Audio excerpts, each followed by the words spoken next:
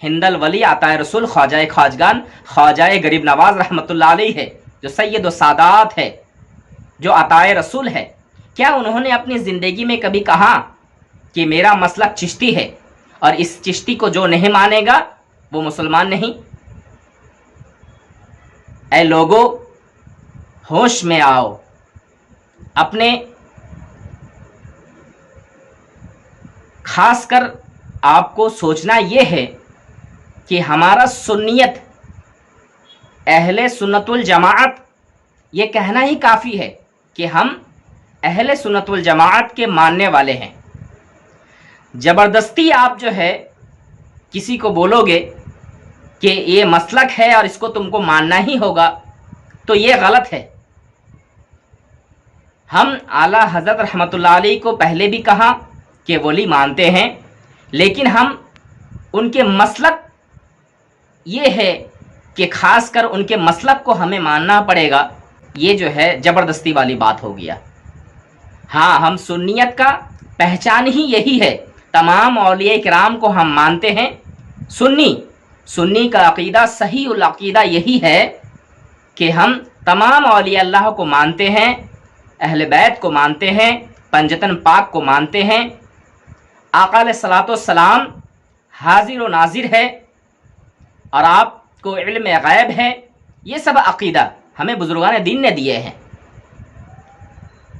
ہمیں اولیاء کرام نے بتائے ہیں، لیکن کسی اولیاء کرام نے اپنا مسلک نہیں بتائے کہ اس مسلک پہ چلنا ہے۔ جس کو جو سمجھ میں آئے وہ گھرانہ اختیار کرے، یعنی کہ جو سلسلہ آپ کو اچھا لگے اس سلسلے کو آپ پکڑ لے، اولیاء کرام کو دامن کو تھام لے۔ قادری غوث پاک کا گھرانہ ہے، اگر آپ کو قادری گھرانے سے مرید بننا ہے تو آپ مرید بن جائے غوث پاک کے گھرانے سے۔ اگر آپ کو چشتی گھرانے سے مرید بننا ہے تو آپ چشتی گھرانے میں جا کے مرید بن جائے۔ نقشبندی سے بننا ہے، شہروردی سے بننا ہے، صابری سے بننا ہے، وارسی سے بننا ہے، طبقاتی سے بننا ہے، برکاتی سے بننا ہے، رضوی سے بننا ہے۔ جو سلسلہ آپ کو اچھا لگے اس سلسلے میں آپ بیعت یعنی کہ مرید بن جائے۔ یہ آپ دل سے فیصلہ کریں، دماغ سے نہیں، دل سے فیصلہ کرے۔ جو گھرانہ آپ کو پسند ہو اس گھرانے میں آپ بیعت یعنی کہ مرید بن جائے۔ لیکن آپ یہ نہیں کہہ سکتے میرا گھرانہ سے بڑھ کر کوئی گھرانہ نہیں ہے، میرے گھرانے کو جو نہیں مانے گا وہ مسلمان نہیں۔ یہ فتویٰ دینے والے آپ ہوتے کون ہو؟ میں کھلی چیلنج کرتا ہوں، کوئی بھی بزرگان دین نے ایسا کہا ہو تو مجھے بتاؤ کہ میرا یہ مسلک ہے، اس مسلک پر تمہیں چلنا ہوگا، اگر یہ مسلک پہ تم نہیں چلو گے تو تم مسلمان نہیں۔ ہاں، میں یہ کہتا ہوں کہ مسلمان اصل میں کون ہے یہ لوگوں کو معلوم نہیں ہے۔ بہت سے لوگ زبانی کلمہ پڑھتے ہیں۔ آج میں روحانی اولاد غوث اعظم دعوے کے ساتھ کہتا ہوں تمام مفتی اور علماء کرام سے کہ سبھی جو ہے زبانی کلمہ پڑھتے ہیں۔ میرے گھرانہ غوث پاک کے گھرانہ روح کو مسلمان بناتے ہیں، یعنی روح کو کلمہ پڑھاتے ہیں۔ تمہارے روح کو ہم کلمہ پڑھا کر نہیں چھوڑا تو پھر مجھے بھی مسلمان نہیں کہنا۔ میں دعوے کے ساتھ کہتا ہوں، تم کہتے ہو مسلک اعلیٰ حضرت کو جو نہیں مانے گا وہ مسلمان نہیں، میں کہتا ہوں جس کا روح مسلمان نہیں اصل میں وہ مسلمان نہیں۔ تم نے زبانوں سے کلمہ پڑھا ہے، روح سے کلمہ نہیں پڑھا ہے۔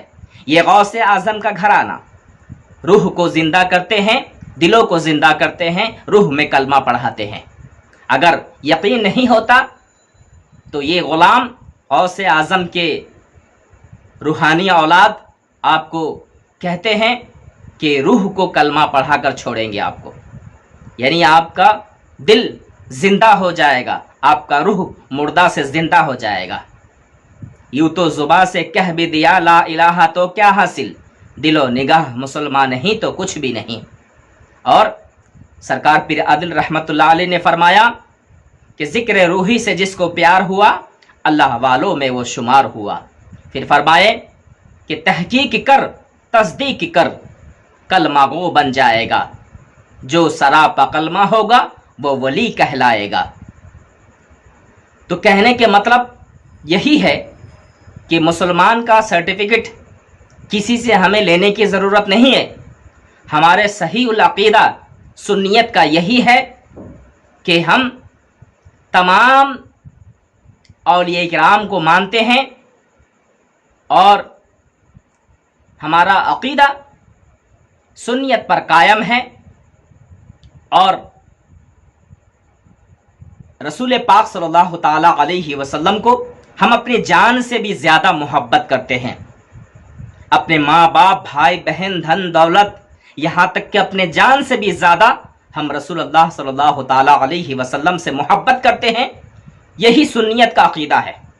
صحیح سنیت کا عقیدہ یہی ہے کہ آپ رسول اکرم صلی اللہ تعالی علیہ وسلم کو اپنے جان سے بھی زیادہ محبت رکھیں، اور آپ کو کسی کے پاس سے سرٹیفکیٹ لینے کی ضرورت نہیں ہے کہ ہم مسلمان ہیں یا نہیں ہیں، ہم کو سرٹیفکیٹ دو۔ کیا کوئی بھی قادری آ جائے، چشتی آ جائے، بغدادی آ جائے، اجمیری آ جائے، وہ اگر مسلک اعلیٰ حضرت نہیں مانیں گے تو ہم مسلمان نہیں مانتے؟ یہ کیسی بکواس والی بات ہے؟ ہم بزرگان دین کے ماننے والے ہیں، کیوں گمراہ کر رہے ہو؟ سنیت کو گمراہ کیوں کر رہے ہو؟ آپ بے شک اعلیٰ حضرت رحمۃ اللہ علیہ نے سنیت کے لیے لڑے ہیں اور منہ توڑ جواب دیے ہیں، غیر مقلد والوں کو، دیوبندیوں کو، وہابیوں کو منہ توڑ جواب دیے ہیں بے شک، لیکن کیا اس سے پہلے اور کوئی بزرگ نے جواب نہیں دیے؟ کیا اس سے پہلے اور کوئی بزرگ، یعنی 200 سال پہلے اور کوئی بزرگ نے نہیں لڑے کافروں سے، منافقوں سے، وہابیوں سے، نجدیوں سے؟ بزرگان دین اللہ والے ہر کسی کو صحیح راہ دکھاتے آئے ہیں اور آج بھی دکھا رہے ہیں۔ آپ گمراہ کرنے کی کوشش مت کرو۔ اہل سنت والجماعت کے بڑے بڑے اولیاء کرام اس دنیا میں آئے، اور جن کی مزارات ہے ان سے فیض لوگوں کو مل رہا ہے، لیکن کسی بزرگ نے اپنا مسلک نہیں بنایا۔ تو اسی لیے میں کہنا یہی چاہوں گا کہ آج لوگ اپنے سلسلے کی تعریف میں اتنا کھو جاتے ہیں کہ دوسرے بزرگان دین کے نام کو بھول جاتے ہیں۔ اس سنیت کو زندہ کرنے والے بڑے بڑے صحابہ کرام شہید ہوئے ہیں۔ کربلا کے میدان میں یزید لوگوں میں مسلمان بھی تھا، حافظ بھی تھا، عالم بھی تھا، حاجی بھی تھا، بڑے بڑے مصلی بھی تھے، بڑے نامچین مسلمان بھی تھے، نمازی بھی تھے، لیکن ان کے اندر ایمان نہیں تھا۔ ایمان امام حسین علیہ السلام کے پاس تھا۔ شاہ است حسین، بادشاہ است حسین، دین است حسین، دین پناہ است حسین، حقا کے بنا لا الہ است حسین۔ مولا حسین کے تعریف میں خواجہ خواجگان خواجہ غریب نواز رحمۃ اللہ علیہ نے کیا فرمایا؟ خوب فرمایا کہ حسین علیہ السلام بادشاہ بھی ہے، دین کو پناہ دینے والے بھی ہے، لیکن آج تم اتنا تعریف میں کھو گئے ہو کہ مولا حسین کا ذکر نہیں ہے، مولا علی کا ذکر نہیں ہے۔ اچھا، کوئی امام حسین کا ذکر کرتے ہیں تو وہاں کسی اور صحابیوں کا ذکر کرنے شروع کر دیتے ہو، ان کے نام کو دبانے کی کوشش کرتے ہو۔ مولا علی کا ذکر جہاں ہوتا ہے وہاں دوسرے اور صحابیوں کا نام جوڑ دیتے ہو کہ ان کا کیوں نہیں کرتے؟ ارے ان کا وقت آئے گا تو ان کا بھی ذکر کیا جائے گا، لیکن تم تو مولا علی کا بھی نہیں کرتے ہو۔ آج مسجدوں میں جہاں پنجتن پاک کا ذکر ہونا چاہیے وہاں پنجتن پاک کا ذکر نہیں ہوتا ہے، مولا حسین کا نام نہیں لیا جاتا ہے، مولا علی کا نام نہیں لیا جاتا ہے، ذکر حسین نہیں منایا جاتا ہے۔ کیا آپ صرف جو ہے اپنے بزرگان دین جس کے آپ مرید ہو، جس گھرانے کے آپ ماننے والے ہو، صرف انہی کی تعریف میں کھوئے رہو گے، باقی اہل بیت کے بارے میں بھول جاؤ گے؟ مسلمانوں کے دلوں سے تم پنجتن پاک کے یاد کو کیا مٹانا چاہتے ہو؟ کیا تم یہی چاہتے ہو کہ تمام ملک کے مسلمان سب جو ہے بریلی بن جائے، رضوی بن جائے، اور کوئی قادری چشتی نہ رہے، کسی سلسلے کا گھرانہ نہ چلے، صرف میرا گھرانہ چلے؟ یہ تم چاہتے ہو؟ یہ سب جیب بھرنے کا بات ہے، دکان چلانے کی بات ہے۔ یہ دکان چلانا بند کرو، یہ مسلک کوئی کاروبار نہیں ہے، مسلک بنا کر جو ہے لوگوں کو گمراہ مت کرو۔ تعداد دیکھ کر جو ہے لوگ پلٹی کھاتے ہیں، تو ہم اہل سنت الجماعت کے ماننے والے حسینی ہیں، ہم غلام نبی ہے، ہم غلام غوث اعظم ہے، ہم غلام غریب نواز ہے، ہم غلام کل اولیاء کرام ہیں۔ تو ہمارا مسلک اہل سنت والجماعت ہے۔